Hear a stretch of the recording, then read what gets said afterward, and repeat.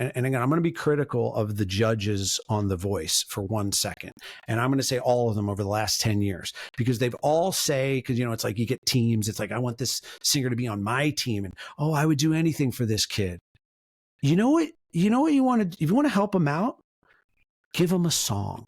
Get them right. The next time somebody comes to you and says, hey, there's this pretty great song here, I think you should cut it. You want to help a kid have a career, give them a song. But no one's giving up songs, because hit songs don't grow on trees. And if somebody comes to Adam Levine and says, dude, check this song out, he's going to be like, fuck yeah, I'm singing that shit. And I'm not judging him. Him. I would do the same fucking thing. Everybody would. Absolutely. But when they go on the shows, this is where as just an artist and someone that loves music so much and creativity, competition and musician and arts, I just don't think they work together. I don't like how they work together. Being an artist and having a competition, fucking Grammys and these awards, I mean, they're nice, but real artists aren't doing, fucking Prince doesn't give a fuck about rewards, you know what I mean? Right. Awards, excuse me. So, the problem with these competitions is that they're not promoting what a real artist is all about. And I think that's the individuality of who they are. Yeah. And there's again, songs. If they don't have a song, they won't have a career. That's just the end of it. Jim, this is like a master class in production, behind the scenes music business. This is like one of the most fascinating conversations about this that I've had. Thank you. I try, Craig. I try. You succeeded. Ding. Touche. No, it was great, man. That was really good. Thank you. That was really, I mean, it was very insightful, and you're behind the scenes and you're a producer, and I could see why people come to you for production, because you're actually going to give them advice that's going to help them, instead of, man, this is wonderful. But in your head, you're thinking, no, I want you to have something that's it's wonderful, but it's actually going to do something for your career. Well, I've been there. I got flown to New York to meet with Atlantic when I was 20, I don't know, 23, maybe 22. I've had indie deals. I've had, and I've also been in A&R people's offices where they straight up told me, hey man, you're not a star. Sorry. And it broke my heart. And that's brutal. It took me years to kind of come to terms with all of it. And it's funny because, being an artist, like there are so many things about it that I didn't understand of what it meant to be an artist. I'm a musician, and especially now, with how much personal information and how much about your personal life artists are expected to show the world.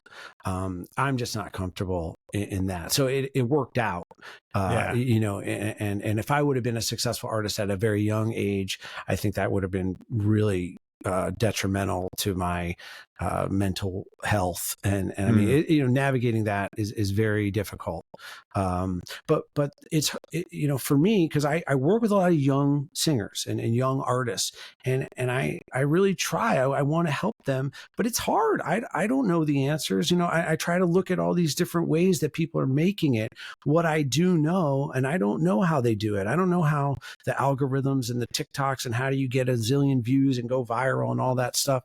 What I do know that still rings true is if you do something great, people pay attention.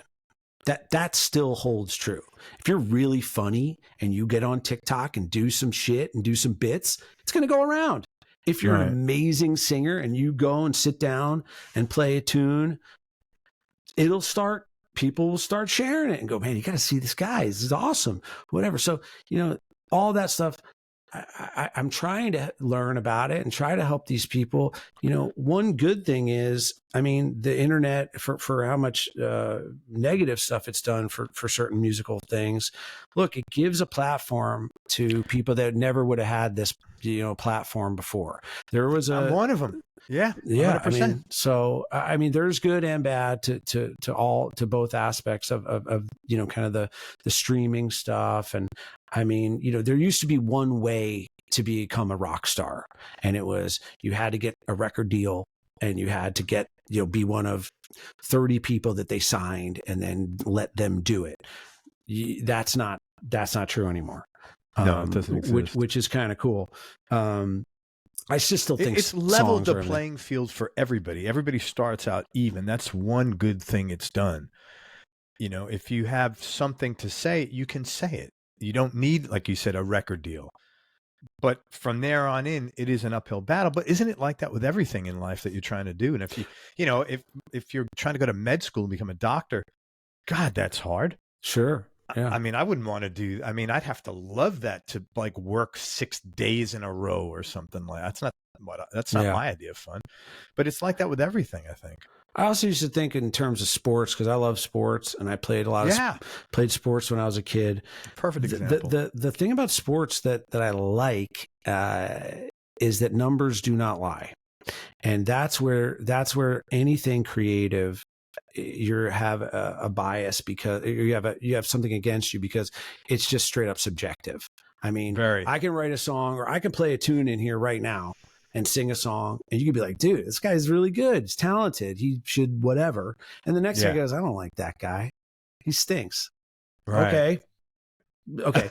But if if I play baseball and I hit 300, yes, every team, every school, if I'm in high school and I'm batting 300 in high school ball, every college baseball coach is going to go, I want to look at this kid. That kid knows how to play. I mean, numbers do not lie when it comes to sports. Obviously, there's a million other things. There's factors, there's injuries and biases and all that stuff. But that's where that whole Moneyball thing, like the numbers don't lie. Yeah. Steph Curry's numbers do not lie.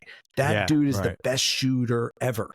And you can't argue. You can't argue that he's the best 3-point shooter that has ever lived. So where it comes to music or painting and art, poetry, film, that's all subjective. It's tough. And every guest I've had on the show that has a higher consciousness about it says the same thing that you just said a few minutes ago. Man, this is art. This is not a competition. Like even if they're at the top of the heap, they're like, that's random. This is, I made this because I liked it and not because, I got a better deal or my numbers were better than and you're right. It's very subjective. I'll make a caveat. The only time that competition has merit is when it pushes you to do be a better version of yourself. And I've seen that happen with artists, you hear about Prince and Michael Jackson being competitive with like the amount of hits they had or stuff like that. And those guys were, they weren't putting the other person down. They were going, okay, man, did you hear that new track? Okay, well, we got to level up. We got to do something hot. We got to come with some heat on the next one. And that's different. And that's not in a public forum where someone's getting told you're not as good as that person over there.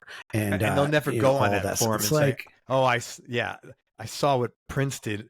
I'm going to crush his ass on my next single. Right. Yeah. You don't see stuff like that. Well, that's why I also love Jennifer Hudson's story because she didn't win, but she really won. You know what I mean? She didn't win American Idol, but God, did she win? You know what I mean? Yeah. It got her close enough. I don't know what she was, number 5 or 7 or whatever, however, number she got on that show. It got her, close enough and gave her enough visibility that people could look at her and go, okay, this girl's really talented.